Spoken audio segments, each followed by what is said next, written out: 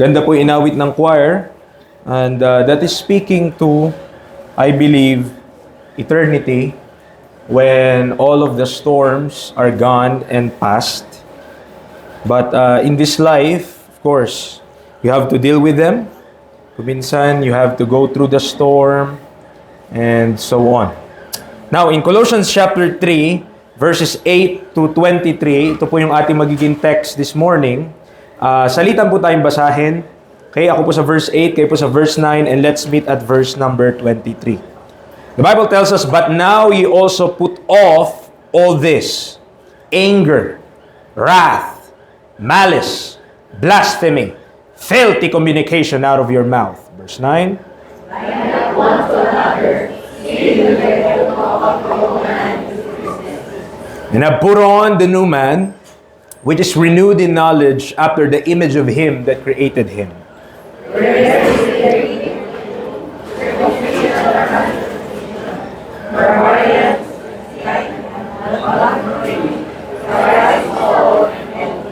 Put on therefore as the elect of God, holy and beloved, bowels of mercies, kindness, humbleness of mind, meekness, long-suffering, Forgiving one another, if any man have warred against any, even as Christ forgave you, so also you.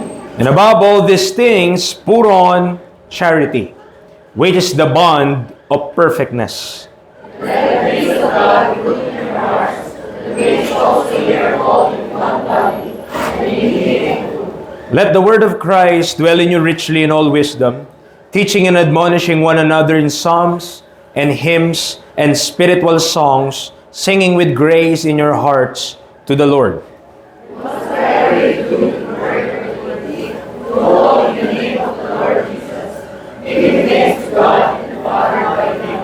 Wives, submit yourselves unto your own husbands, as it is fit in the Lord.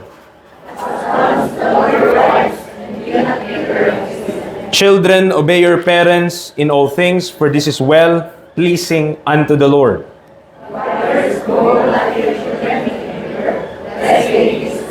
Servants, obey in all things your masters, according to the flesh, not with eye service as men pleasers, but in singleness of heart, fearing God. Sabay-sabay po tayo, verse 23.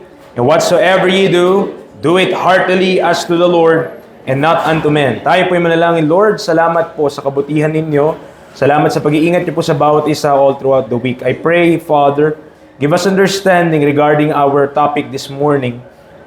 And as we progress in studying and understanding about sanctification, Panginoon, kayo pong patuloy magbigay ng pangunawa. And Lord, give discernment to thy people. Give the wisdom that they needed in order that we may approve things that are excellent, that we may be sincere and without offense till the day of Christ. In Christ's name we pray. Amen and amen. Tayo po yung makakaupo. Patayin ko po itong fan kasi iba na yung amoy. Okay. Alright. Colossians chapter 3 po tayo, verses 8 to 23. And now, after, ito po yung pang-anim na natin na mensahe. Okay? We have dealt with the call. Di po ba? The call to sanctification. We have dealt with the cause of sanctification. We have dealt with the challenges to sanctification. We have dealt with cessation of sanctification. And last week, pinag-aralan po natin the commitment to sanctification. At ngayon pong linggo na ito, or this Sunday also, we will deal with the change by sanctification. The change by sanctification. Mga kaibigan, mga kapatid, meron pong pagbabago, merong pagbabago na ine-expect ang Diyos to them who are sanctified in Christ Jesus. There is a change expected. And hindi pa pwede na hindi natin ma-apply yung atin pong mga natututunan. We need to apply these things. We need to learn na minsan kailangan mong may gagawin talaga. Okay? You will act. You will decide. So, if you may recall dun sa pag-aaral natin on the cause of sanctification, dito po tayo, nagbabasa na ako dito. Kung maalala nyo po yung pag-aaral natin about the cause, yung dahilan We have dealt with our new nature. Di po ba? Ang pinag-usapan natin yung atin pong pagkakakilanlan kay Kristo Jesus. Okay? Na tinatawag din ng Bible na new man. Na kasing totoo ng ating old man. So, na-acknowledge po ba natin na within us, tayong mga believers, merong presensya ng dalawang nagtutunggali o naglalaban na pagkatao? Okay? Kung saved ka, are you saved? If you're saved by the gospel, sa pamagitan ng Ebanghelyo ni Kristo, you have the old man and you have the new man.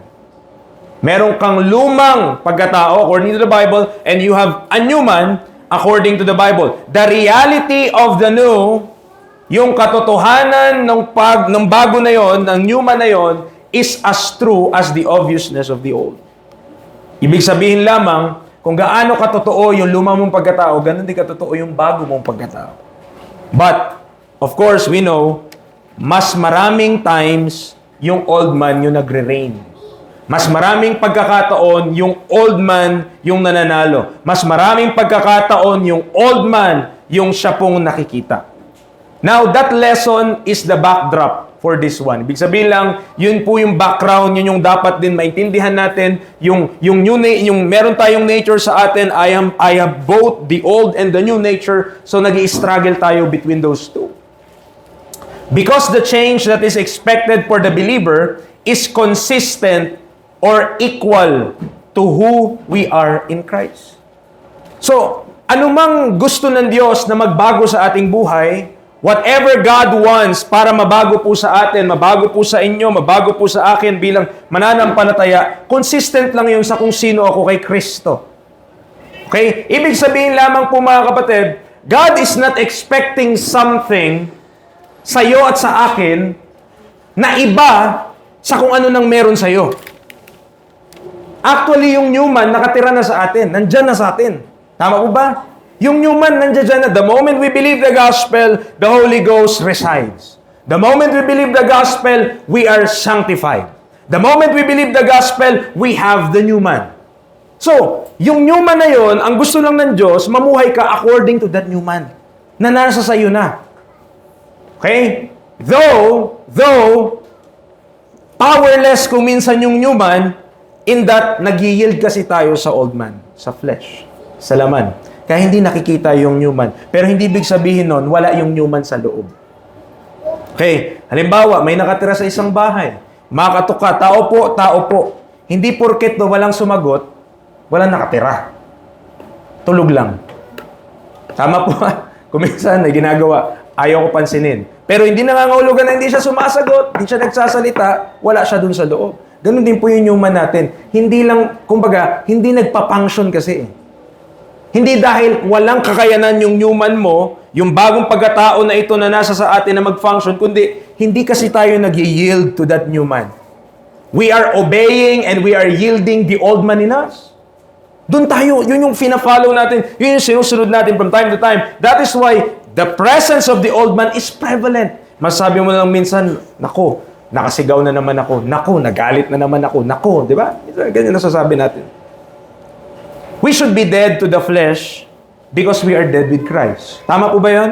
Romans 6 doctrine. We are buried with Him by baptism. We are alive unto God as Christ rose from the dead. Sige, pag nilakihan ko pa kasi ito, niliit. Oh, pero okay, mas malaki, mas maganda. Yan. Dahil meron kasi akong comment dito sa gilid.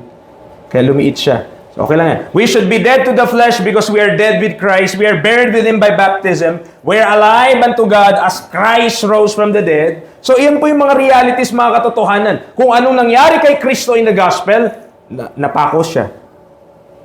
Namatay siya. Inilibing siya. Nabuhay siya mula sa mga patay. Nangyari na rin yun sa atin. Bakit? Na kay Kristo ka eh. So, kung namatay si Kristo, namatay ka rin. Kung nilibing si Kristo, nilibing ka rin. Kung pinako si Kristo, pinako ka rin. Pero kung nabuhay si Kristo na magmuli, ibig sabihin, may part lang na namatay sa'yo, pero may part na buhay. Yung part na patay, that's the flesh. Yung part na buhay, that's you walk in the newness of life. Para na sa Diyos. Okay. Therefore, whatever expectation God has for us, anumang expectation ang meron ng Diyos para sa atin, written in the Bible, is just fitting to our identities. Ano mang ini-expect ng Diyos na pagbabago sa atin, dapat mong gawin, dapat maging ganito ka, yun po ay fitting lang sa kung sino ka na talaga. In example ko to kahapon, doon sa San Felipe, as we are invited doon kila Pastor Ramon sa kanilang anniversary ng mission sa San Felipe, sabi ko sa nila, kung doktor ka, kung ikaw ay isang doktor, trabaho mo ba na mag-ayos ng electrical wirings? Di po ba ang layo? Doktor ka, halimbawa, surgeon ka. Trabaho mo ba mag-ayos ng electrical wiring? Siyempre, hindi. Kasi, pagtrabahong electrician yun, hindi yung pangtrabahong doktor. Kahit na anong profesyon, merong fit na job description sa kung sino yung tao. Tama po ba?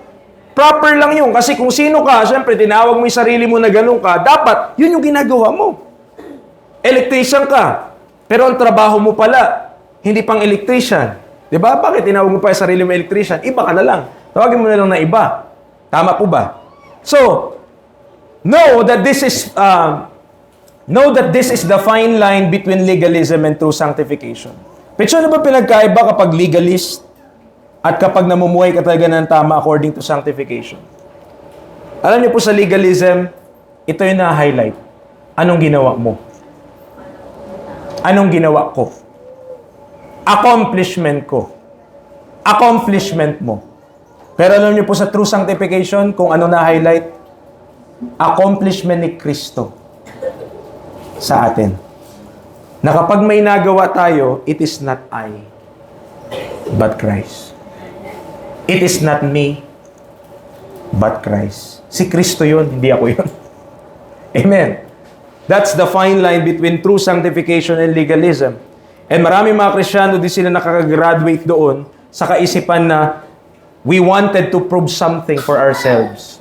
Na gusto natin mag-prove sa ating mga sarili anong nagawa ko, anong kakayanan ko, when in fact, dapat ang maunawaan natin, hindi tayo, hindi yung kaya mo, kundi si Kristo na nasa sayo. Christ liveth in me. Ano sabi ng Galatians 2:20?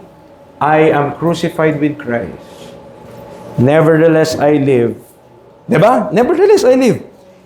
Pero sino na dapat nabubuhay? Yet not I, but Christ liveth in me.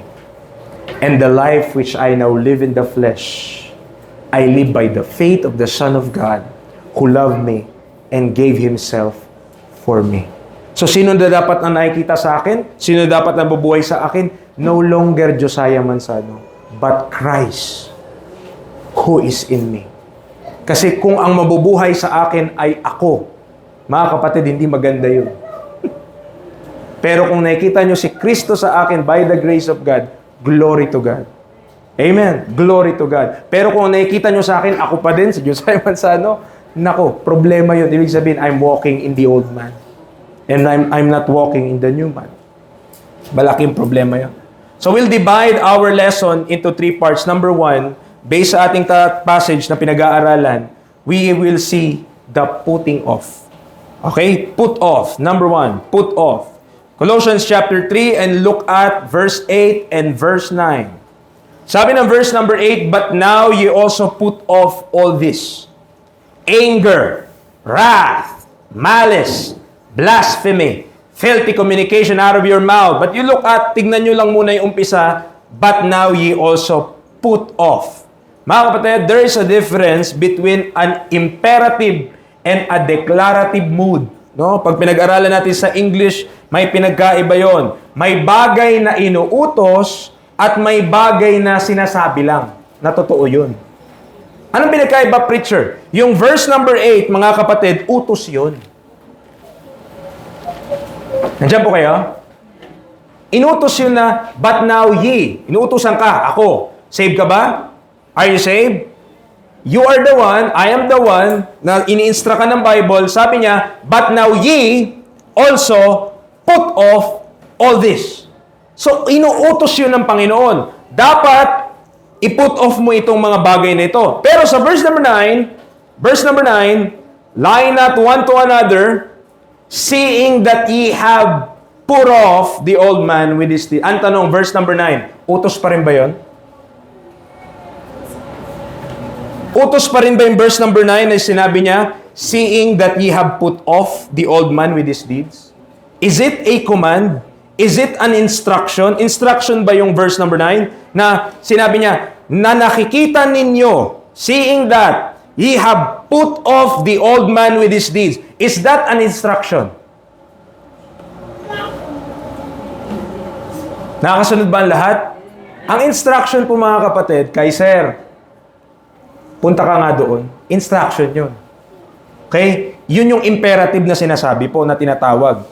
Okay? Utos yun instruction yun So you are instructed dito sa part na to, inuutosan ka, i-put off nyo. I-put off nyo itong mga bagay nito, utos yun. But, pagdating mo ng verse 9, hindi na yun utos mga kapatid. Declarative yun. Sinasabi niya lang yung truth na nangyari sa'yo. Okay? Sinasabi niya lang, dinidiscuss niya lang what is true to you and what is true to me. Yung verse number 8, command. Yung verse number 9, hindi na yun command. Truth yun na nangyari sa iyo at sa akin. Dinideclare ng Bible what had happened to us. Ibig sabihin pala, in verse number 9, there is already a putting off that happened to us in the past. Preacher, kailan nangyari yung putting off na yun? Nung na-save ka. Nung na-save ka at na-save ako, by the grace of God, by the gospel, nangyari na yung na-put off mo yung old man. Okay? Nandyan po ba kayo? Dinideclare ng Bible, nangyari na yan sa inyo. Pero, nangyari sa inyo yan once, hindi ibig sabihin, lumalakad ka na dyan. That is why, meron pa rin command sa verse number 8, i-put off nyo pa rin ito. Though, na-put off nyo na yung old man, nung naligtas kayo, you should be putting off itong mga bagay na to as you continue to walk in the Lord. As we continue in the faith, sa pagpapatuloy natin sa pananampalataya, dapat po nating pinuput off yung mga bagay po na ito. As true sanctification is manifested inside, out of the believer. Sinasabi ko po inside out, kasi yung change ng Panginoon, hindi outside in inside out. What do you mean by that, preacher? May newman ka na nga sa iyo Ang problema, hindi lumalabas. Ang problema, hindi nagmamanifest. Ang problema, ang nakikita sa buhay natin, old man. So, may presensya ka na, nasa sayo na yun, inside na yun, nasa loob na. Tama po ba? Nandiyan po tayo? Nasa loob na po yung new man. Ngayon, ang kailangan na lang, mag-manifest yung new man na yun. So, nagmamanifest inside, out of the believer, the change in our hearts is reflected outside in our members. Yung katawan natin, nagpa-follow lang what is already inside. Ano na yung pagbabago ng Diyos na nasa loob. As we are informed and educated in this form of doctrine, Romans 6, ang tawag po ng Bible dito, this is a form of doctrine. Romans chapter 6, verse 17.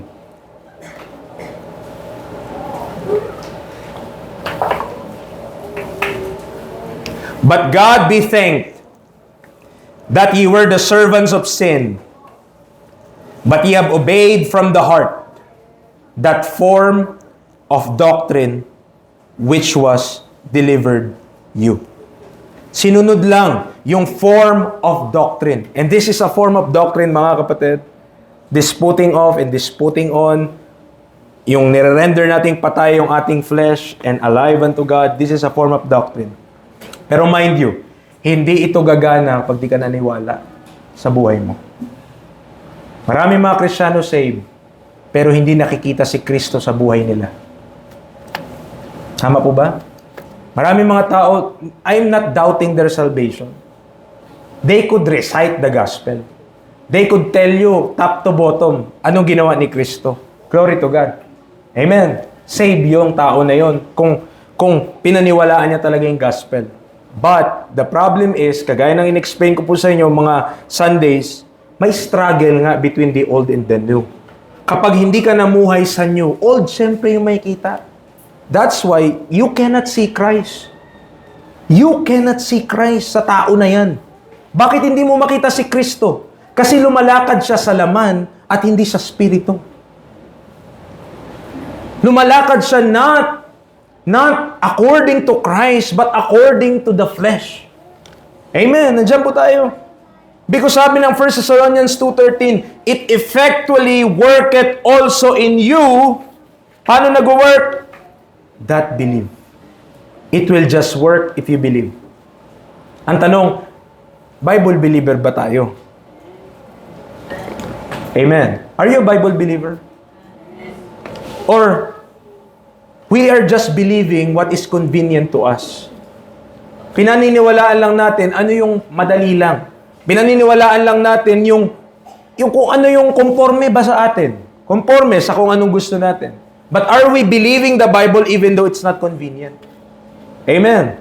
Diyan po tayo. Kasi sabihin ko po sa inyo, kapag pinamuhay natin ito, according sa Colossians chapter 3, hindi magiging komportabling old man mo dito. Ayaw ng old man mo to. Ayaw po ng old man ito. Kasi ang gusto ng old man, kasalanan. Ang gusto ng old man, lust. Ang gusto ng old man, this world. Ayaw ng old man, yung things of the Spirit of God. So, certainly, as we walk in the Spirit according to our new nature, kapag lumakad ka ayon sa iyong new nature, mapuput off mo yung old man with his deeds. Okay? Mapuput off mo. The putting off is consistent with the putting off that happened when we got saved. Nabasa na natin yun. In-explain ko na yun sa inyo kanina. Colossians 3:9, past tense na yun. Declarative yun. Seeing that ye have put off the old man with his deeds. Turn to Colossians 2. To supplant at para madagdagan yung understanding natin tungkol sa sinasabi ko po doon. Colossians chapter 2 verse 11. Colossians chapter 2 verse 11. Okay? Ito po ang sabi ng Bible, Colossians chapter 2 verse number 11. In whom also ye are circumcised with a circumcision made without hands. Ano po ang circumcision?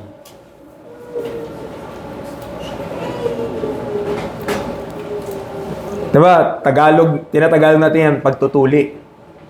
But basically, on a basic sense, circumcision is it's like a cutting off. Kasi sa pagtutuli, may pinuputol ka eh. May kinakat. Okay? Now, in verse number 11, ye are circumcised with the circumcision made without hands. Anong kasunod? In putting off the body of the sins of the flesh by the circumcision of Christ. Kaya po mga kapatid, kaya ang doktrina natin, minsan nang naligtas, ligtas na forever. Once saved, always saved. Why? Na-put off na kasi yung old man na yon. Na-put off na kasi yung body of the sins of the flesh.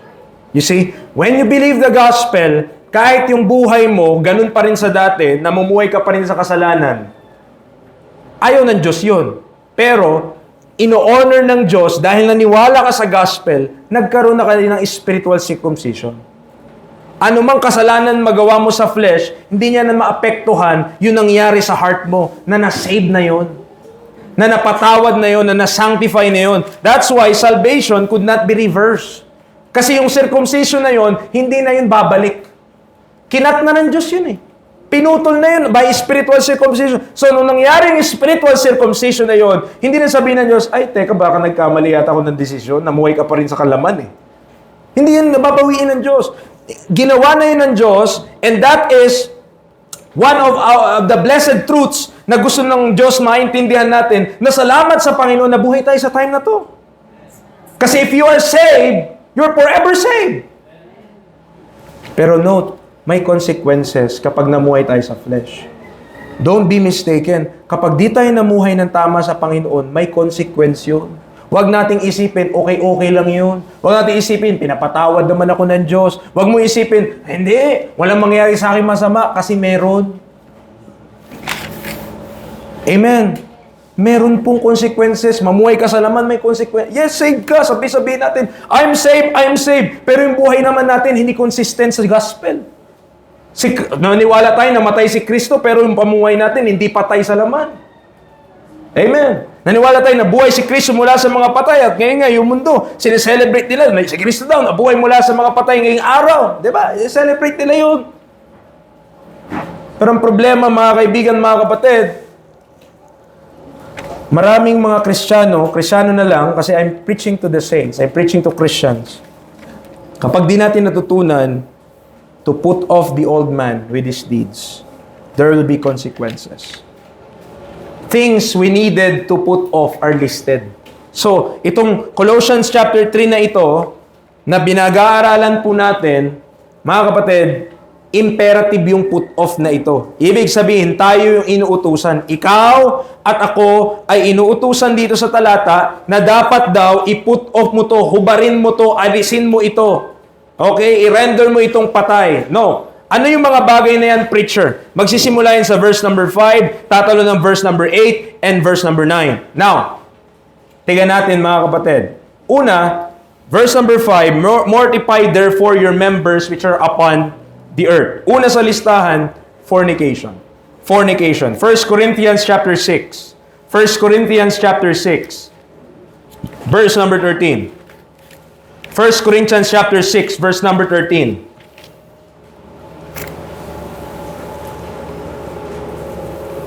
Meats for the belly, and the belly for meats. But God shall destroy both it and them. Now the body is not for fornication, but for the Lord, and the Lord for the body. Para saan yung kating katawan? Para sa Panginoon. Is it for fornication? No.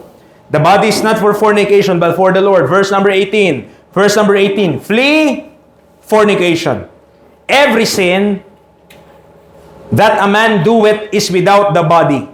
But he that committeth fornication sinneth against his own body. And that is what this world is preaching. Amen. Yan yung pinipreach sa sanlibutan. Yan yung tinuturo sa sanlibutan. Okay lang lahat.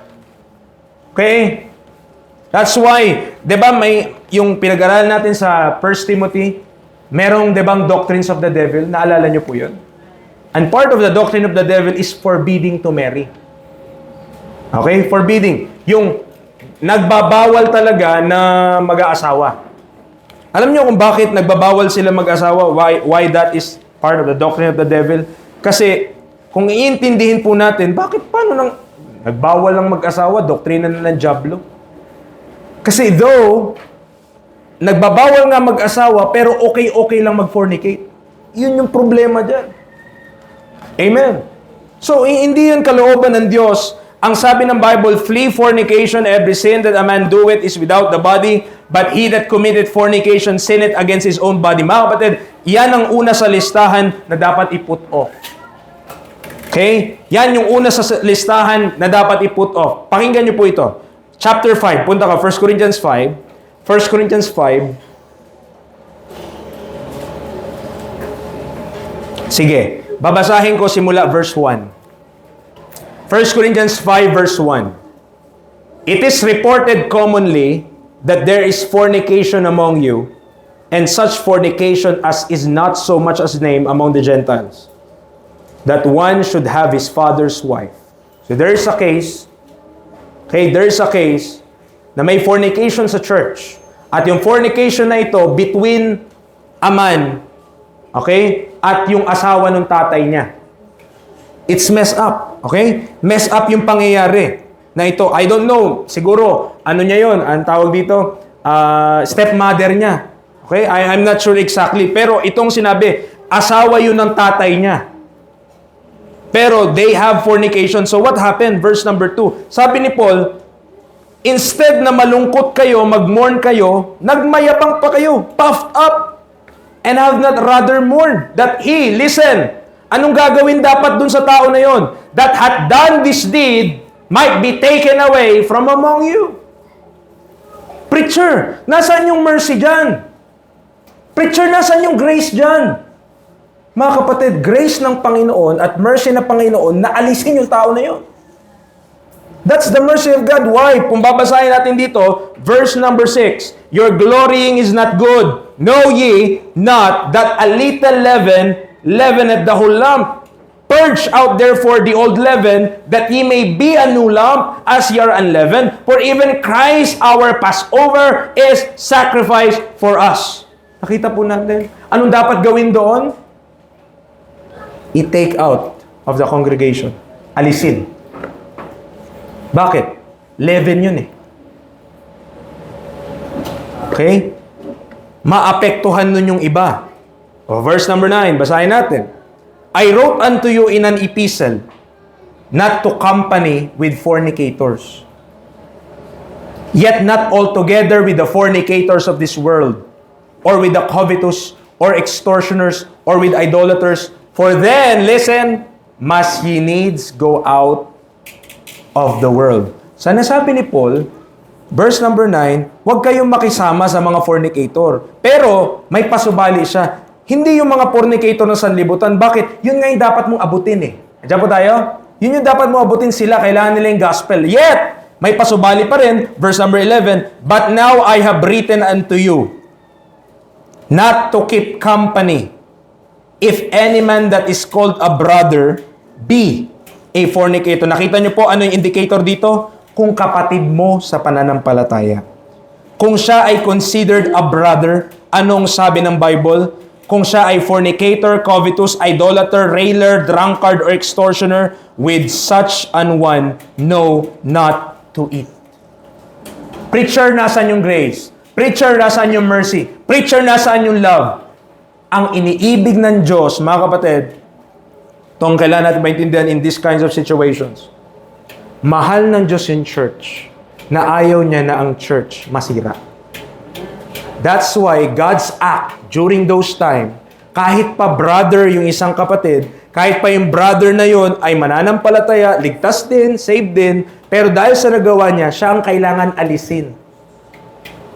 Kasi kapag kinonsinti ng church yon, yung ginawa niya na yon, partaker na siya with his sins. Nandiyan po tayo? Okay? Bible po ba yon? O katang isip? That's Bible. Now, are you willing to do what is right when called to do what is right? Handa pa tayong gawin kung ano yung tama when the time comes that we need to do such thing. Kasi sabi ng Bible, maliwanag po, basahin nyo, i-meditate nyo, balibalik-tarin nyo kung paano nyo basahin, pero tignan nyo yung naging action dito ni Paul. Verse number 5. Chapter 5 pa rin, tignan nyo po kung grabe. Okay? Anong sabi niya? To deliver such an one unto Satan, for the destruction of the flesh, that the spirit may be saved in the day of the Lord Jesus. Mga kapatid, huwag nawang mangyari. Pero according to the Bible, there is a time ng isang tao, susukuan mo na talaga. At kapag ginawa mo yon, sabihin mo na, we deliver you unto Satan, bahala na lang ang diablo sa iyo. Bakit? Because you will no longer be corrected, you will no longer repent, you will no longer listen. Diyan po tayo. But that's the Bible. Ngayon, kung ngayon lang natin yan nabasa, ngayon mo lang na, may ganito pala sa Bible, then, that's the reality. Amen. Kasi ang way ng Panginoon para i-preserve ang church is that the church must be pure. At kung may kasalanan man tayo within the members of the body of Christ, then we must repent. Amen. And change accordingly, otherwise tayo po ay magiging taken out of the congregation. Yan po yung tinuturo ng Bible. Now, pangalawa doon, sa listahan sa Colossians chapter 3, is not just fornication, but uncleanness. Uncleanness. In Romans chapter 1, verse 24, ang sabi ng Bible, wherefore God also gave them up to uncleanness through the lust of their own hearts, to dishonor their own bodies between themselves. Mga kapatid, let the world be unclean. Tama ba? Kung ang sanlibutan marumi, puro karumihan yung mga pinaggagawa nila, mga parada nila, hindi naman magaganda, kundi they are showing off their filthy flesh, they're showing off their filthy self, they're showing off their vile affections. Mga kapatid, let them be unclean. Pero ang church gusto ng Diyos to be clean. To be cleansed by the washing of water, by the word. So, bilang mananampalataya, ang sabi ng Panginoon, responsibility natin, i-put off natin fornication, i-put off natin uncleanness. Pangatlo, inordinate affection. The only time na binanggit din yung inordinate na yan is in Ezekiel chapter 23. So, 2 beses lang po, if I'm not mistaken, only 2 times binanggit sa Bible yung word na inordinate. Okay? And the first time it is mentioned is in Ezekiel. Ezekiel chapter 23. Okay? In Ezekiel 23 verse 11, this is talking about two sisters. Okay? Ang pangalan ng una ay Ahola. Tama ba? Ang pangalan ng una ay Ahola at ang pangalan ng pangalawa ay Aholiba. Verse 11, and when her sister Aholiba, at in-explain dito sa passage, si Ahola ay si Samaria at si Aholiba ay si Jerusalem. Saan po yun makikita, preacher? Verse number 4 yon. Okay? Verse number 4. Di ko na babasahin. But in verse number 11, and when her sister Aholiba saw this, she was more corrupt in her inordinate love than she, and in her whoredoms more than her sister in her whoredoms. Mga kapatid, this is the tale of two sisters, Ahola and Aholiba. At ginamit lang sila ng Panginoon also as an illustration na to represent Samaria and Jerusalem. Samaria is the northern kingdom. That is the 10 tribes. Si Gad, si Reuben, Manasseh, so forth. Yung 2 tribes sa baba, si Judah. Okay? And I'm not mistaken, Judah and Benjamin or Judah and Simeon. Basta yung isa doon si Judah, and that represented by Jerusalem. Now, ang nangyari kasi sa nation of Israel, sumamba po sila sa mga Diyos-Diyosan. Tama po ba? If you will recall the history, they're serving idols. At dahil po doon, tumalikod ang Diyos sa kanila. And mga kapatid, I want you to understand and realize, ano mang pinangako ng Diyos, tutuparin niya. Whatever God had promised, He will fulfill. Tama po ba? Bible yun. Okay? Kasi kung hindi tutuparin ng Diyos yung pangako niya, hindi siya Diyos. Because God cannot lie. So kung may pinangako ang Diyos na gagawin niya po yun, gaano man kahirap yun. But let me also tell you that according to the law, kung ang bayan ng Israel ay tumalikod sa Diyos in following and serving other gods, may punishment yun. And also, when Jesus Christ was crucified by the Jews, nung pinapako si Kristo ng mga Hudyo, ang sabi nila, His blood be upon us and our children. According to the gospel in Romans chapter 11, ang mga Hudyo po ngayon, they are enemies concerning the gospel. Are you still there? Ang mga Jew, during our time, are enemies concerning the gospel. Bakit? Kalaban mo sila dahil instead, nagpipreach ka ng gospel, sila ibang gospel ang tinuturo nila. Pagiging Hudyo para masave. Okay? So, concerning the gospel, they are enemies. But, concerning the fathers, mahal sila ng Diyos at tutuparin ng Diyos yung pangako niya to that nation of Israel. But remember, after the rapture, listen, after the rapture, papasok ang tribulation period, tama. That is the 70th week of Daniel. That is the day of Jacob's trouble. Yan po ay judgment ng Diyos sa bayan ng Israel. At after nung Daniel 70th week na yon, and so all Israel shall be saved. Bakit? Kasi nalagas na yung mga unbeliever ng time na yun. Nakuha niyo po? Yung mga nagpatatak ng 666, yung mga di nakatiis ng gutom, at kumain na lang sila para lang sa convenience, nakuha nila yung mark of the beast, they are cast into the lake of fire. Pero yung mga hindi, nagtiwala sa daily bread. Ano yung prayer na yun? Para sa tribulation yun eh. Give us this day, our Father, which are in heaven, hallowed be thy name. Thy kingdom come, thy will be done on earth as it is in heaven. Give us this day our daily bread. And forgive us our sin as we forgive our debtors. Diba? Yun. Yung daily bread na yon, kagaya sa Old Testament na pinakain ng Diyos yung bayan ng Israel sa Ehipto, magpo-provide ng Diyos ng daily bread sa kanila sa tribulation period. So hindi nila kailangan na magpatatak ng 666 o ng mark of the beast para makakain. But they need to trust the Lord during that time. But what I'm saying, mga kaibigan, mga kapatid, ito po yung backdrop ng Ezekiel chapter 23, how that naging they serve other gods at dinescribe yun ng Diyos sa term na whoredoms, na mas pumunta yung bayan ng Israel sa mga Diyos-Diyosan instead to the one true God. Amen. And as old as it sounds, ang bayan ng Israel kasi, they could not survive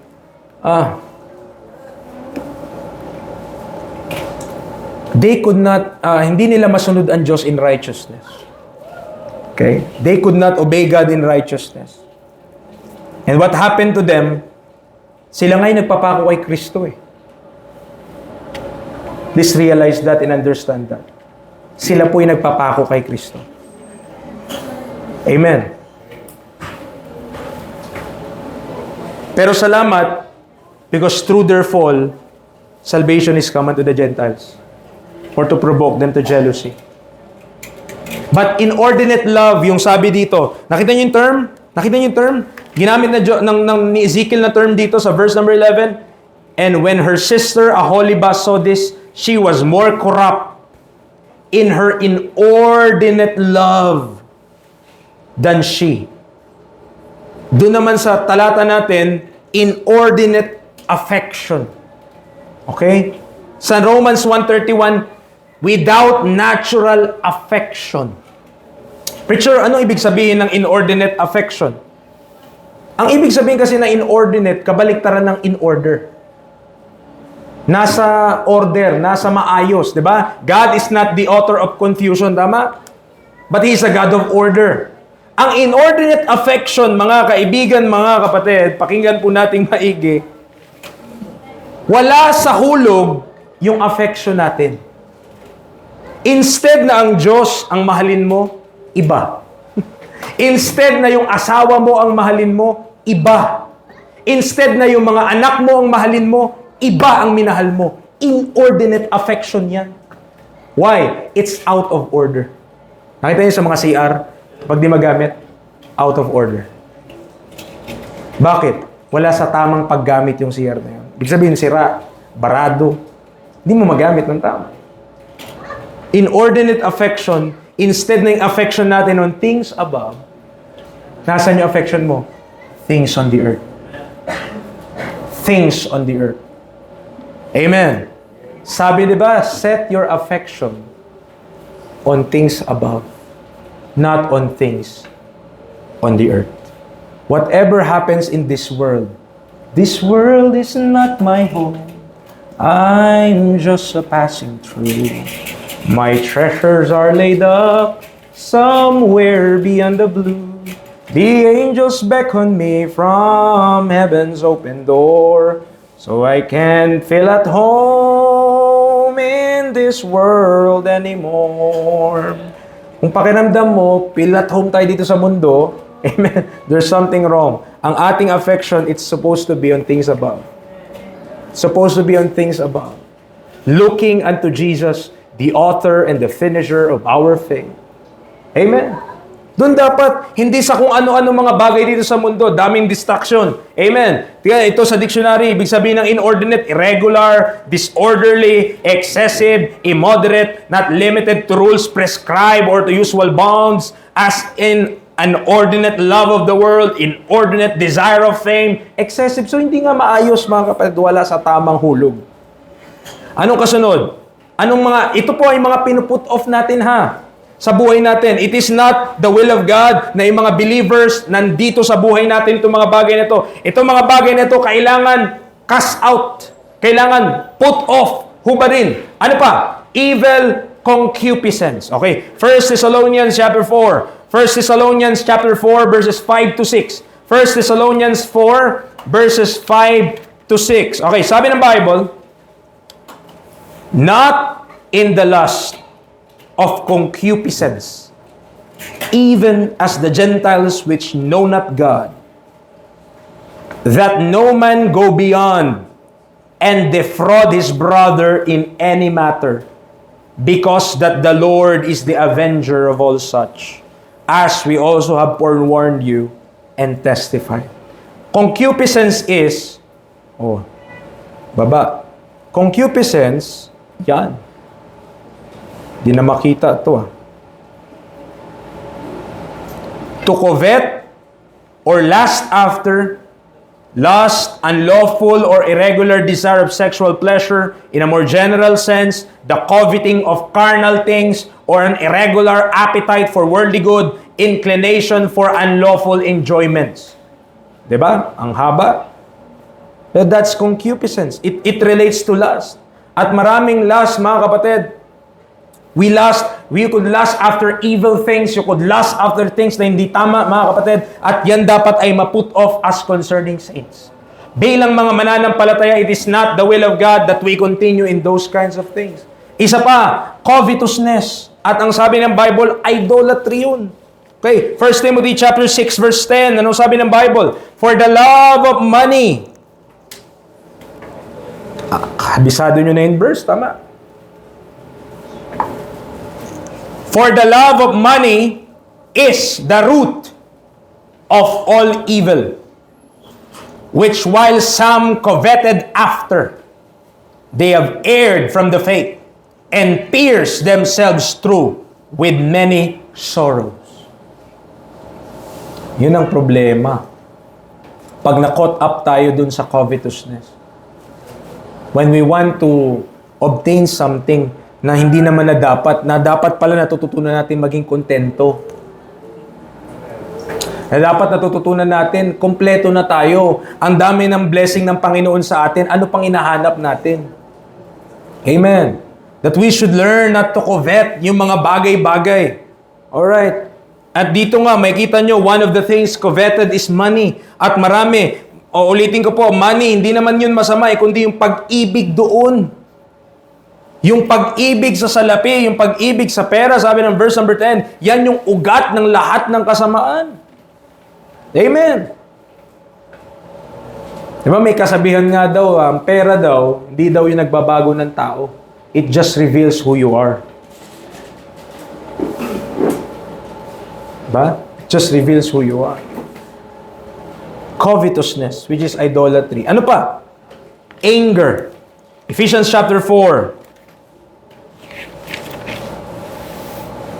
I understand kang mas maraming beses po, I believe mas problema ng kalalakihan yung galit, anger, kaysa sa mga kababaihan. Okay? On a more general sense, mas may tendency yung mga kalalakihan na maging galit, okay? O magalit. But according to Ephesians chapter 4, verse 26 to 27, inutusan tayo, in-instruct tayo, be ye angry and sin not. I-figure out mo muna kung paano hindi magkasala kapag nagalit ka. Okay? At kapag na-figure out natin yon, kung paano magalit nang di nagkakasala, pwede na tayong magalit. Amen. Yung masasabi mo, nagalit ka, pero di ka nagkasala. Okay? Preacher, bigyan mo kami halimbawa, paano magalit at di magkasala. When you are angry against sin, magalit ka sa kasalanan. Kasalanan ba yung magalit ka sa kasalanan? Hindi. Pag galit ka sa kasalanan, hindi yun kasalanan yung pagiging magalit sa kasalanan. Bagkos, mga kapatid, most of the time, when dealing with anger, we know nagkakasala tayo.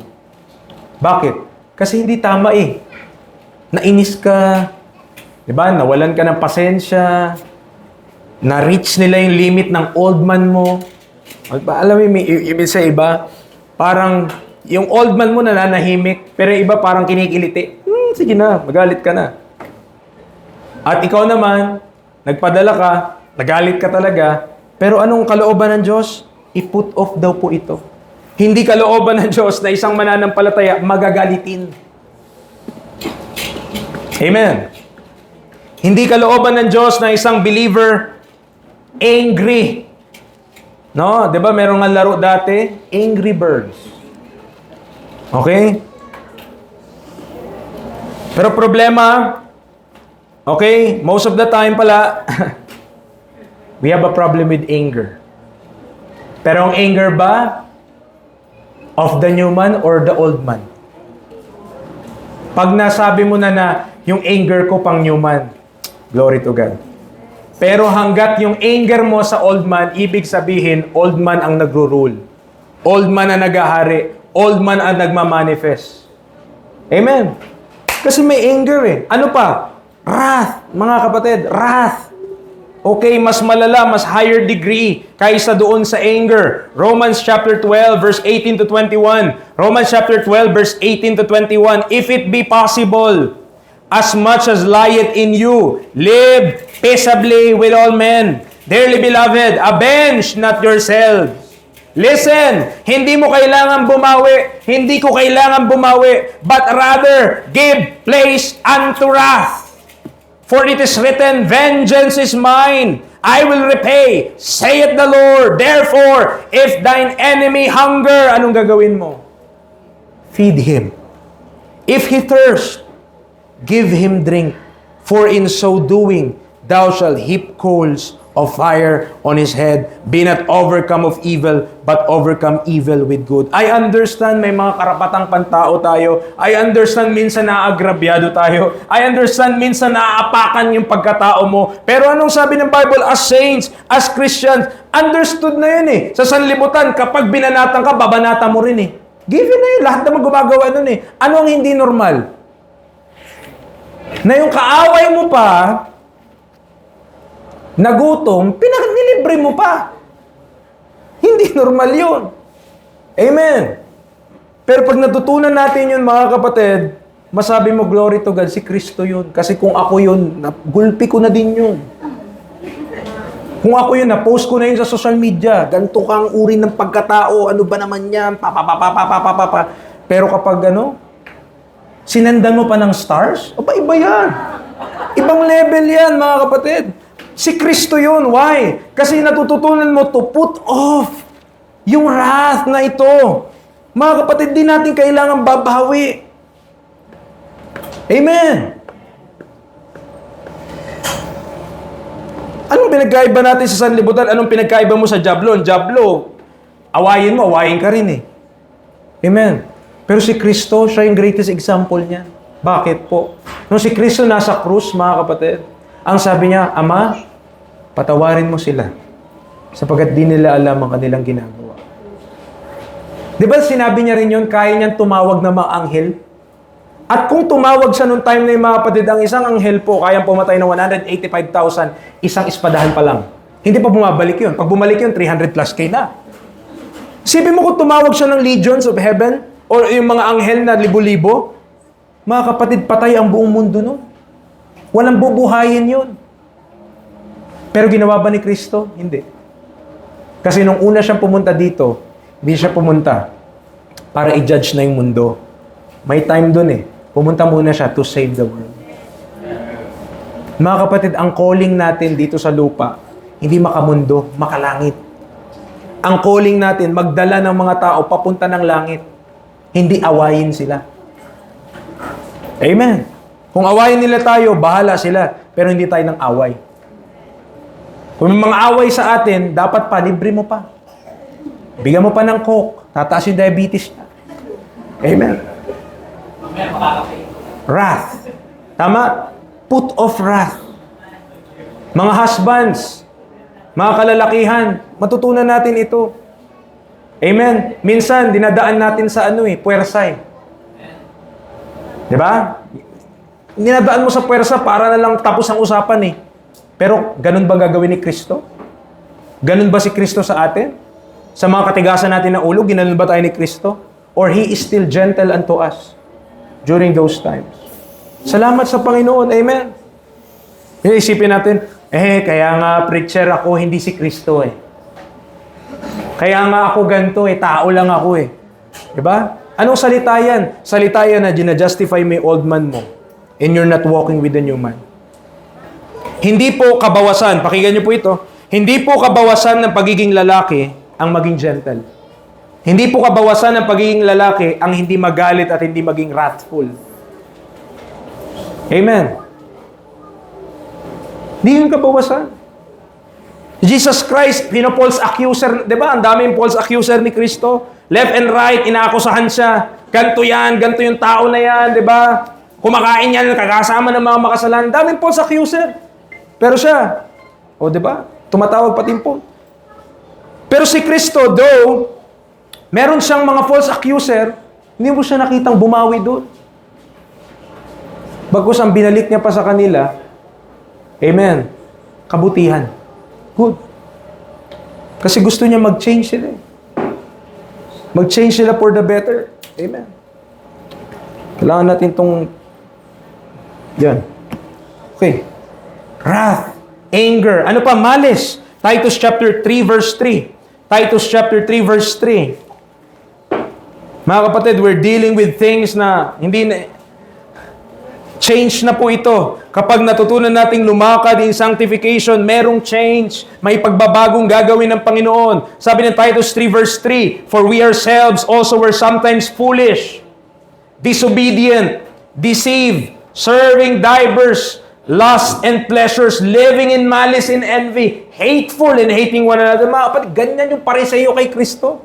May naghahanap ng buta sa kanya. Pinagpaplanuhan talaga kung paano siya ipipin down, kung paano siya papabagsakin, kung paano siya mapatunayan na huwad siya. May malis talaga. Alam niyo sa mga kaso, ang pinapatunayan dun, malis din eh. Pero may nabangga siya. I-establish muna, nabangga niya ba ito out of accident o ginusto niya talagang banggain yung tao na yun? Kasi kapag ginusto niya, premeditated yung crime, mas lalong mabigat yung andun, hatol dun. Bakit? Pinagplanuhan eh. Iba yung pinagplanuhan sa aksidente eh. Iba yung accident sa incident.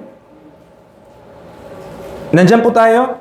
Iba yung aksidente mo lang na nabato yung tao at nabukulan, o kaya kung ang nabato mo ay itak at nasugatan siya, aksidente lang kasi gaano ka ng puno, pak, ganyan-ganyan yung puro, tas bilang dumula sa kamay mo at may tao pala natamaan, so kinasuhan ka. Iba yung degree kapag pinagpaplanuhan mo na pala na pag dumaan siya, ay, aksidente, pang.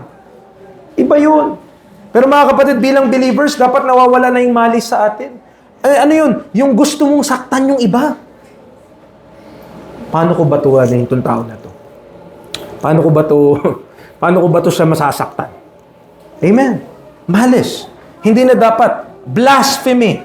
1 Timothy chapter 6 verse number 1. 1 Timothy chapter 6 verse number 1. "Let as many servants as are under the yoke count their own masters worthy of all honor, that the name of God and His doctrine be not blasphemed." And most of the time, mga kapatid, sa ginagawa natin, nabablaspheme ang Diyos.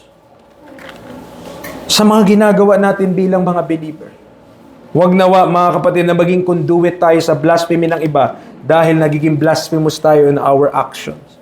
Ano pang kailangan ma-put off sa atin? Filthy communication. Ephesians chapter 4, verse 29. Ephesians chapter 4, verse 29. "Let no corrupt communication proceed out of your mouth." Ano dapat ang lalabas sa ating bibig? "But that which is good to the use of edifying, that it may minister grace unto the hearers." Puro labas sa bibig natin basura. Puro labas sa bibig natin hindi maganda. Dapat i-put off na po yan. Filthy communication out of us. Hindi na tayo magpatuloy sa ganun. Bakit po ang dapat lumabas sa bibig natin? Yung nakaka-edify. Yung dapat lumabas sa bibig natin, yung may grace unto the hearers. Amen. Nandiyan po tayo. And lastly, mga kapatid, dun sa putting off na yon, ang kailangan mong ialis sa iyong bibig ay pagsisinungaling. Pagsisinungaling.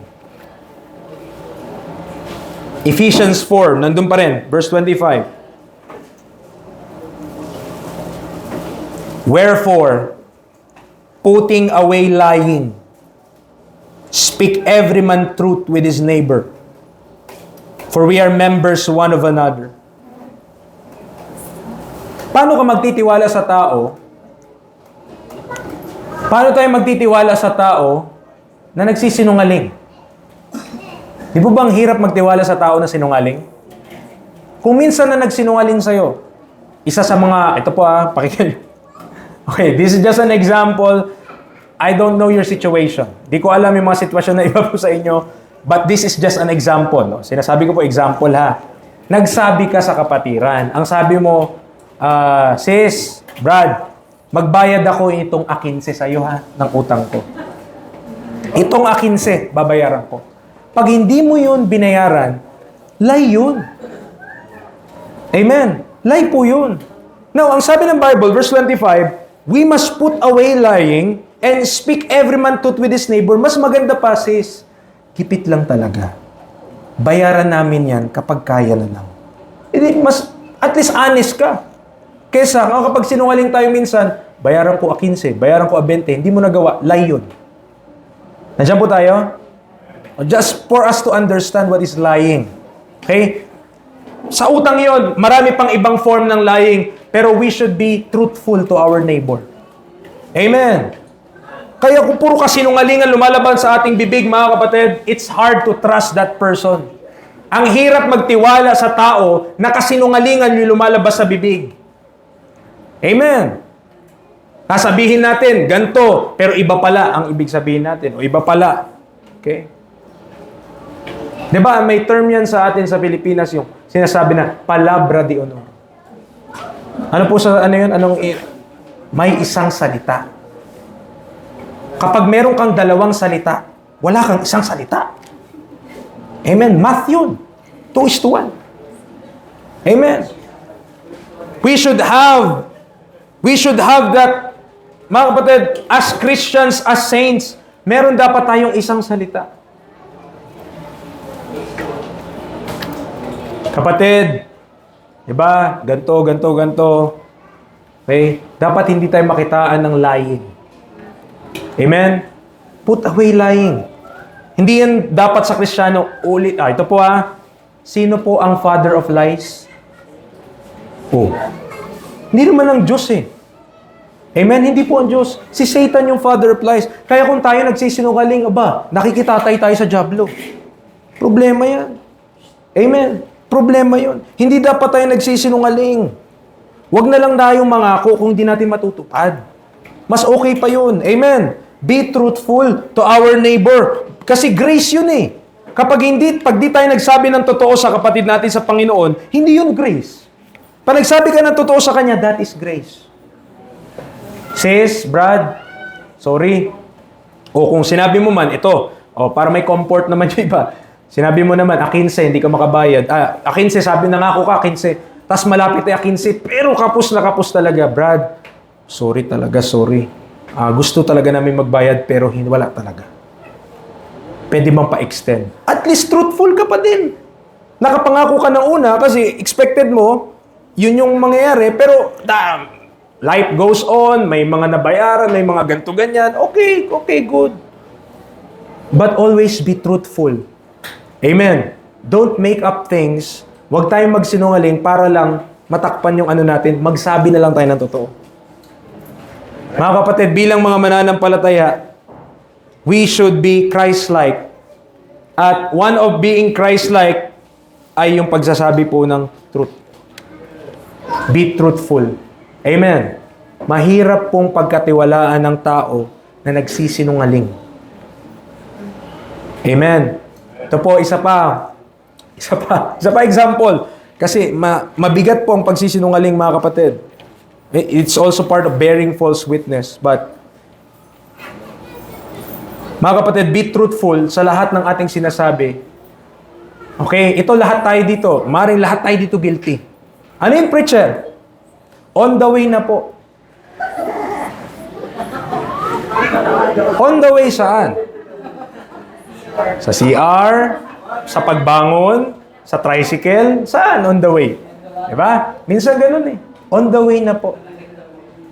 Okay, pero sa totoo lang, tulog pa, kagising lang, kakadilat na ng mata, on the way na. Okay? Be truthful. Amen? Be truthful.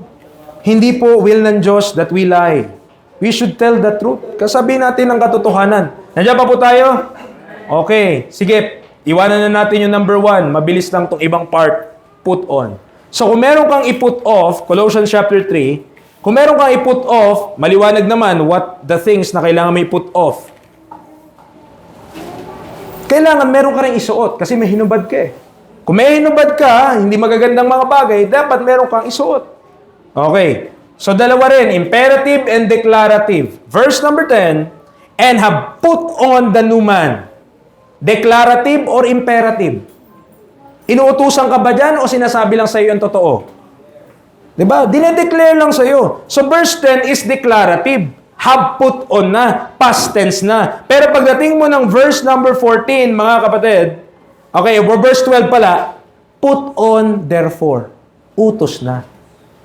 Nakuha niyo po? Imperative na siya. May difference. Hindi porket nakita mo parehas put on, parehas lang yan. Hindi. Yung isa, dinedeclare sa iyo yung truth. Yung isa, inuutusan ka. Okay? So, put on the new man, according to verse number 10, yun ay declarative. And verse number 12, put on therefore as the elect of God, holy and beloved, that is imperative. Now, similar to our previous point, we should put on what is made a reality for us in our new man. Nung tayo ay naligtas, ang sabi ng Bible, we have put on the new man, which is renewed in knowledge after the image of Him that created him. That is a finished transaction. Tapos na yon, nagganap na yon. Therefore, in light of that, we should live consistent to this truth by putting on in our mind what is true in our innermost being. Kung ano yung totoo sa loob natin, dapat yun din yung makikita sa labas natin. At para mangyari yun, iput on mo, iput on mo, iput on mo. May ipuput off ka, yes, naubad na natin what you should be putting on. Ano na ngayon yun? Verse 11, tingnan nyo, bago po ako dumiretso doon, verse 11, parang out of place yung verse. Bakit? Tingnan nyo kung babasahin nyo yung buo dyan, may kita mo put off, put on yan eh. Pagdating mo ng verse 11, where there is neither Greek nor Jew, circumcision nor uncircumcision, barbarian, Scythian, bond nor free, but Christ is all and in all. Parang out of place yung verse. Ang mga pinag-uusapan dito sa chapter 3, put on and put off. Ang abahaba niyan. Pero bakit pagdating sa verse 11, pinasukan ka ng, where there is neither Greek nor Jew, circumcision nor uncircumcision, barbarian, Scythian, bond nor free, but Christ is all and in all. Bakit merong parang out of place siya? Tama? Parang weird. Bakit nandyan yung talata na yan? So, it seems out of place. However, the identity of the body of Christ is crucial in order to apply properly the putting on the new man. Ano ibig sabihin mo doon, preacher? The new man does not give eminence to anyone. Walang ibang tinataas yung new man, but Christ is all and in all. Tandaan niyo po yan. Okay? Ang new man, walang ibang ipagmamalaki. Ang old man ay pagmamalaki niya sarili niya. Nagawa ko to, na-accomplish ko to, naabot ko to, ako to, ako to, ako to. Ang new man hindi ganon. Ang new man lagi niyang ibabalik kay Kristo. It's Christ. It's Christ. Not I but Christ. Christ is all and in all. You see the difference? The difference between the old and the new. The old, ina-uplift yung self. The new uplifts Christ. There's a big difference. That's the key, brethren. This new man is Christ in us. When we say new man, si Kristo yun na nasa sayo at nasa sa akin. Whatever change, anumang pagbabago ang mangyari sa akin, anumang pagbabago ang makita nyo sa akin at ma-experience ko mga kapatid, dahil lang po yun, si Kristo ay nananahan sa akin.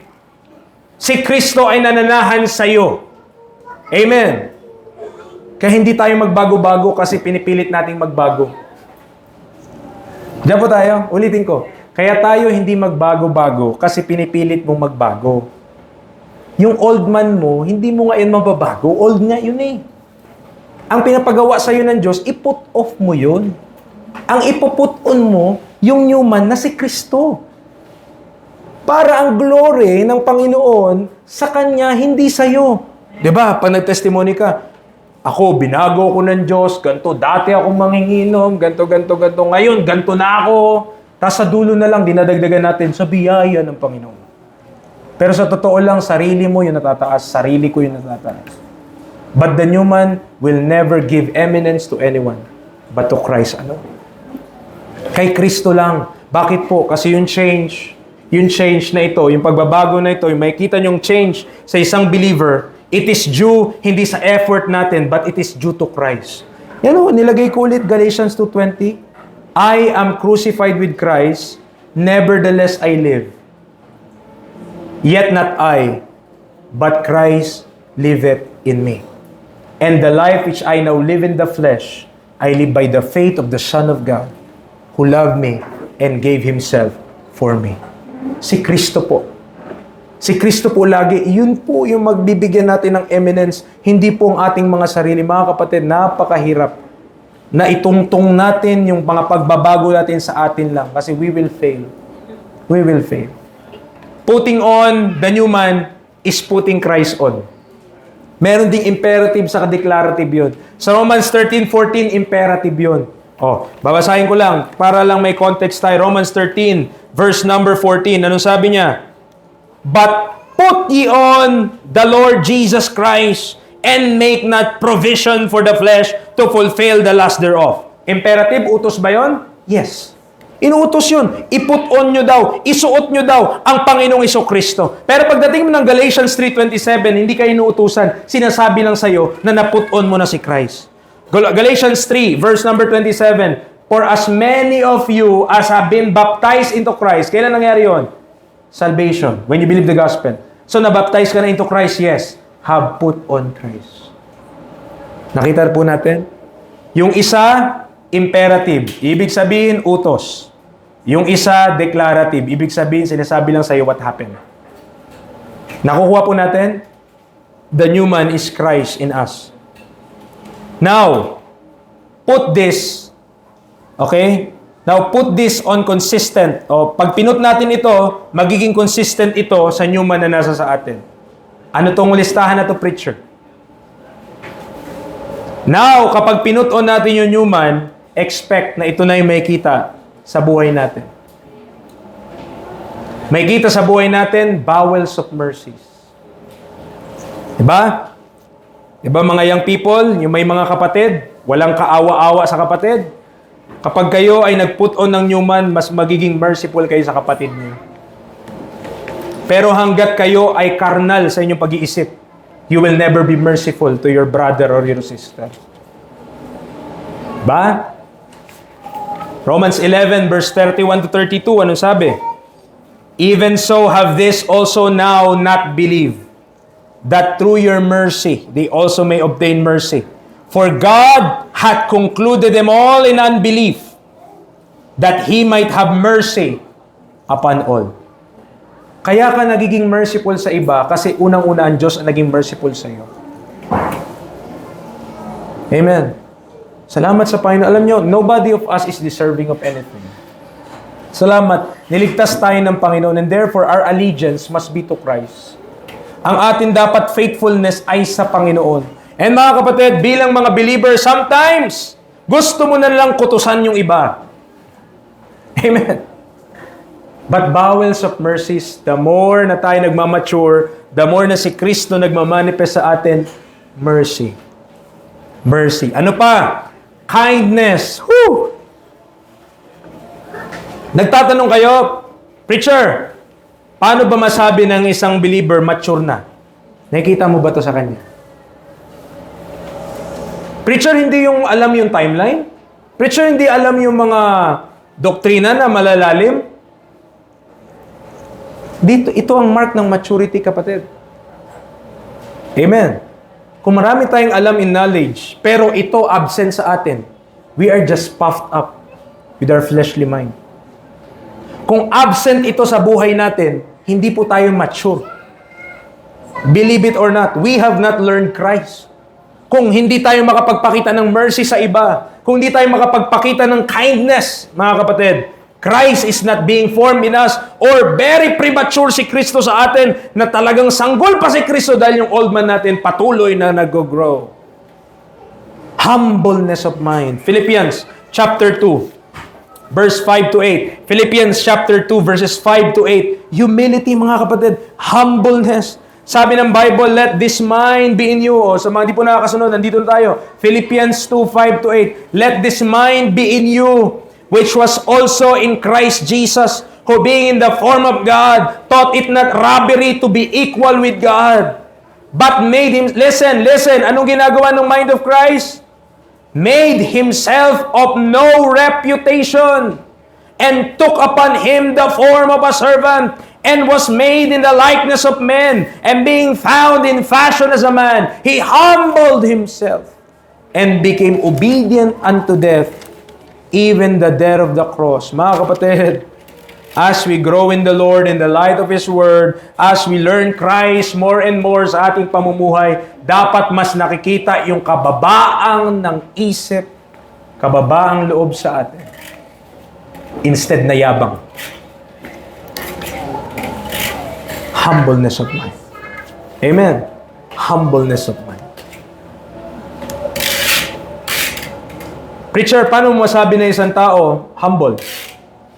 Could you accept correction?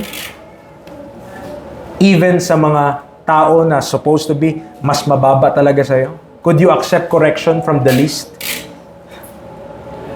Kasi, kapag nagpapakorek lang tayo sa mas mataas sa atin, paano naging humility yun? Mas mababa ka naman na.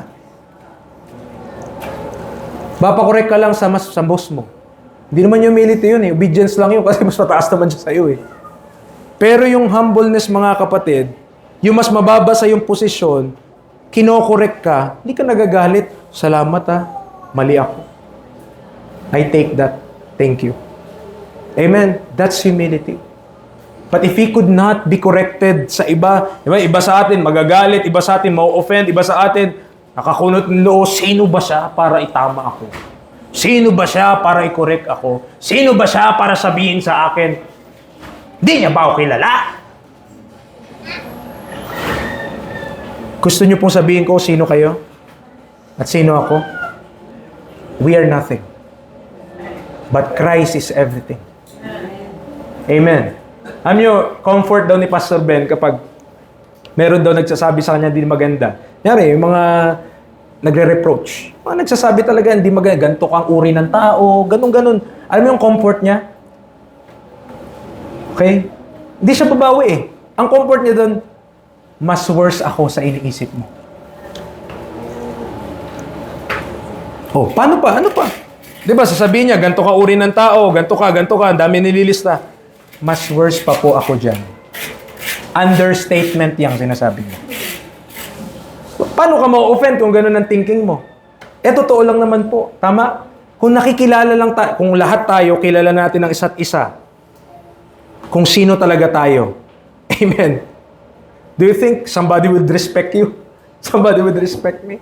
But salamat, yung change nagdudulot dahil kay Kristo Jesus. Amen. Kaya, kapag tayo na kay Kristo, kapag ikaw nagmamature, ako nagmamature, mga kapatid, wala talagang ititirang yabang sa iyo yan. Bakit? Kasi ang masasabi mo lang, salamat Panginoon, kung hindi po dahil sa inyo, pariwara na po ako ngayon. Pariwara na talaga. Anong pagmamalaki ko dun? Wala. Amen. Lahat ng glory sa Panginoon. Ano pa? Meekness. Ano pa? Long-suffering.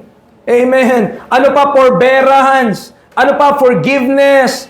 And I want to give this to you, to your attention, Colossians 3. Colossians 3. Dito na tayo sa charity, mga kapatid. Lagpasan muna natin iba. Colossians chapter 3, verse number 14. And above all these things, ito. Yan. Above lahat ng mga yan. Okay? Sabihin natin, tanggalin mo lahat.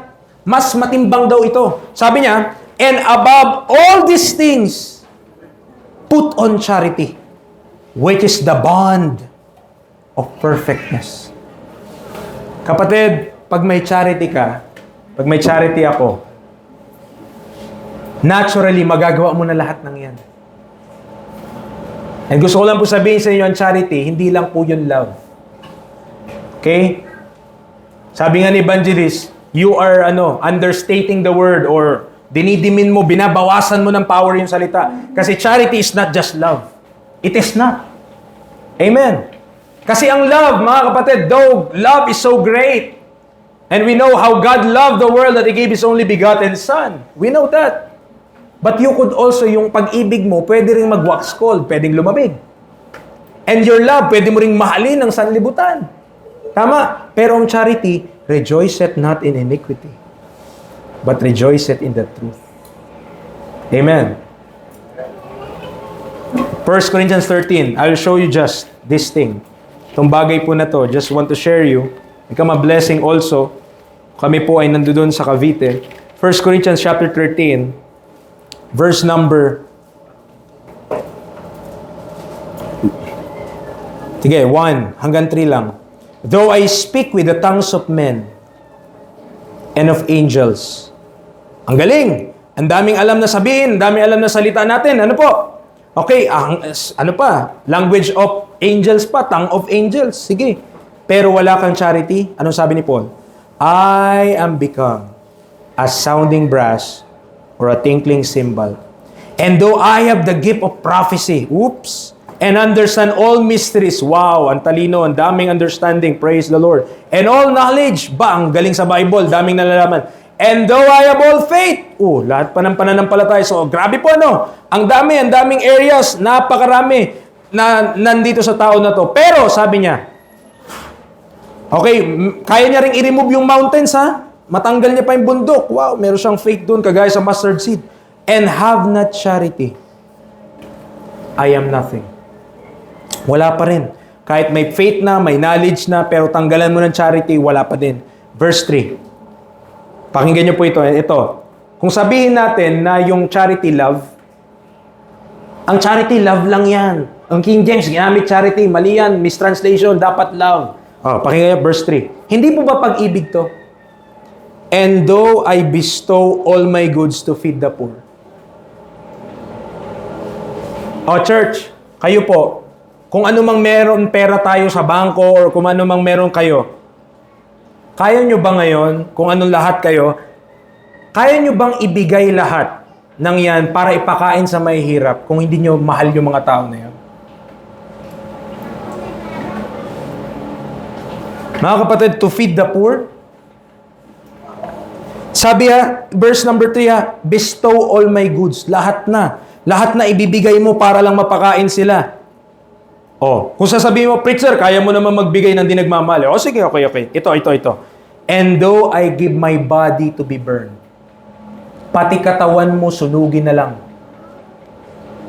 Hindi ba pag-ibig yun? Amen. Hindi ba masabi mo na pag-ibig yun? Na mismong katawan mo, i-offer mo na. Di ba? Pero tignan niyo po ang sabi ng Bible. And have not charity, it profited me nothing. Wow. Preacher, pwede pala na magbigay ako. Mahilig ako mamigay. Also, pati sarili ko talagang gamit na gamit. Pero, pag walang charity, preacher, wala pa rin yung paglilingkod na yun? Yes. It profits nothing. What is the profit to that? Preacher, paano pala? Ano pala ang charity, preacher? Gusto ko pala yung charity kasi kung wala pala nun, walang kwenta. Wala kwenta. Sabi ibistow mo na lahat ng goods mo, mamigay ka na. Sige, go. Bigay-bigay.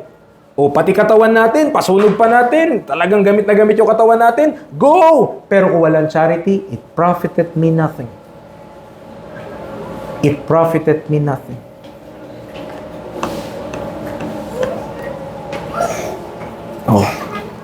Kaya hindi pa pwede, mga kapatid. Yes, sabihin natin, ang love, involved siya sa charity. Pero, ang charity, hindi mo pwede sabihin na love din yun.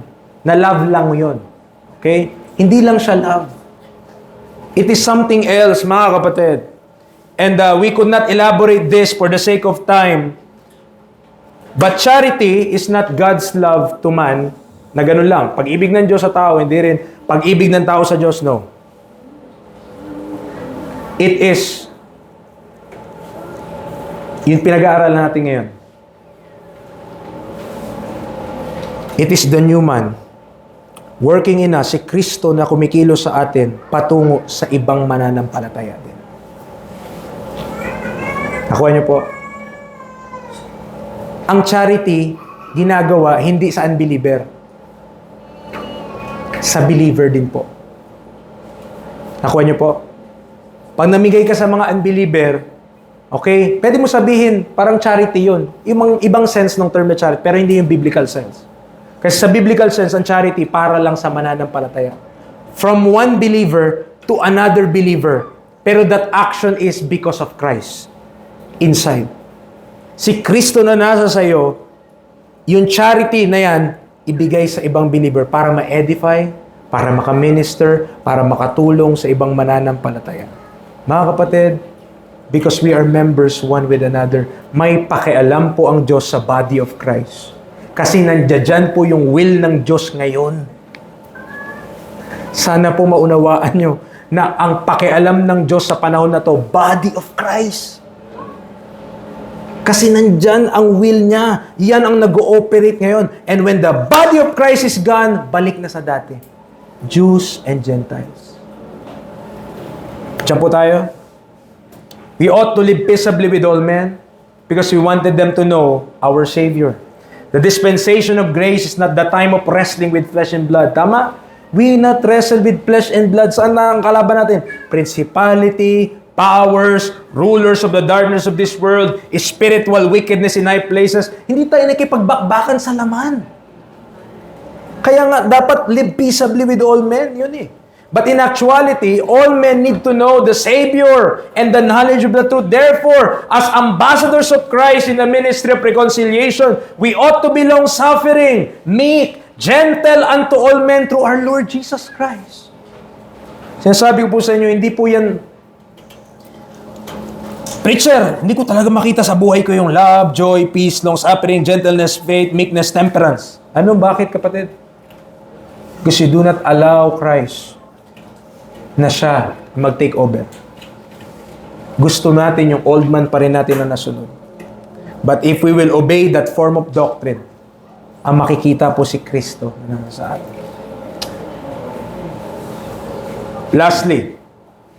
Lastly, practices. Pero this is just a summary for the sake of time.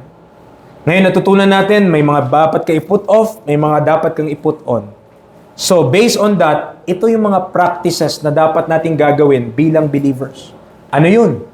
Let the peace of God rule in our hearts. Amen. Let the peace of God rule in our heart. Be thankful. Maging mapagpasalamat po tayo. Let the word of Christ dwell in you richly in all wisdom, teaching and admonishing in psalms, hymns, and spiritual songs, singing with grace in our hearts to the Lord. Amen. That's why ang ating mga inaawit sa church, hymns, that's why ang inaawit natin sa church, selected po yung mga kanta natin, di tayo kumanta ng mga iba sa mga ibang simbahan. Why? Because it is not, hindi po yung nakaayon sa kalooban ng Diyos, and sometimes mali pa. Amen. Ang doktrina. Nandiyan po tayo. Whatsoever we do in word or deed, do all in the name of the Lord Jesus, giving thanks to God and the Father by Jesus Christ, submission of the wives as it is fit in the Lord, love of the husbands and be not bitter, obedience of the children in all things. Fathers, provoke not your children to anger. Servants, obey in all things your masters, hindi sa eye service as men pleasers, but in singleness of heart, fearing God. Whatsoever we do, do it heartily. Para kanino? As to the Lord, and not unto men. Now, pag pinractice mo to without the indwelling Christ, magiging legalistic lang yan at persahan. Amen. Amin po ang Panginoon, ayaw niyang sumunod tayo na napipilitan lang tayo. Ayaw niya yun. Ang gusto ng Panginoon, mag-obey ka willingly, voluntarily, as a living sacrifice. We can do all these things because Christ is in us. Kaya natin gawin ito kasi si Kristo nasa sa atin. Ba't nagiging kind ka? Ba't nagiging meek ka? Ba't may mercy ka na ngayon? Ba't may long suffering ka na ngayon? Ba't di ka magagalitin? Bakit hindi yung mga binasa natin kanina, yung mga ipuput off, ba't di mo na yung nagagawa? Because of Christ! Not because of Josiah Manzano. Not because of who I am. I'm telling you, if Josiah Manzano will take over, that is a big problem. Why? Because my old man is as filthy as any other old man. Pero salamat sa Panginoon, I have Christ. I have Christ. At ang nakakatakot kapag nakalimutan natin na si Kristo po ang bida, hindi tayo. It is Christ. Brethren, the will of God for us to be conformed to the image of His Son is not wishful thinking. Hindi ito wishy-wishy lang, hindi ito pangarap. God had ordained the means by which we are changed into the same image from glory to glory. These practices are contrary to the old man in the flesh. Kaya ang hirap eh. 'Di ba? Ang hirap na mamawala yung mga yun, yung mga listahan kanina, ang hirap nun matanggal sa atin. Pero kaya ni Kristo. I can do all things through Christ, which strengtheneth me. Oh, kung sino sa inyo may problema sa teaching na to, kayo ang may problema. You might be an unbeliever or a reprobate concerning the faith. Kasi this is the will of God for us. Hindi lang mag-accumulate ng knowledge, malaman ng mga doktrina ito, bagkus ay makita si Kristo sa ating buhay. Kapag si Kristo hindi nakikita sa atin, amen! Problema yun. Panghuli, the fruits of righteousness would be obvious to them who truly believe the Word of God and apply it. Obvious yun. Kapag naniwala ka sa salita ng Diyos at i-obey mo. The change would be evident and its effects seen. We are not just sanctified positionally, but we ought to be one so practically. That, brethren, is the change by sanctification that God expects. Kung sasabihin nyo sa akin, preacher, ang hirap naman pala, tama ka kapatid, mahirap nga. Kasi kung ikaw ang gagawa, hindi mo kaya. Kung ako yung gagawa, hindi ko rin po kaya. Mas mainam na lang na mag-away-away. Mas mainam na lang na manakit. Mas mainam na lang na magsuntukan. Bakit? Flesh yun eh. I-settle na lang natin ito once and for all. Tara na. Pero yun ba yung gusto ni Kristo? Christ in us wanted peace, grace, mercy, humility, long-suffering, meekness. Yan si Kristo. Amen? Yan si Kristo. Hindi pakikipagtalo, hindi envying, strife, carnality. Let us pray. Father, I pray continually for this church. Keep the hearts and minds of every believer. And Lord, help us. Matutunan namin, Panginoon, to apply these truths. Na makita nawa si Kristo sa amin at hindi ang aming laman, Panginoon. Father, help us to do the right thing if the circumstances called for it. Tulungan niyo po ang bawat isa, give them discernment, give them wisdom, give them strength, Father. And Lord, tulungan niyo po kami na ma-identify that Christ is all and in all. Na siya dapat yung may preeminence and not a person, not somebody else. Na si Kristo po, Panginoon lang ang dapat matanghal, maitaas.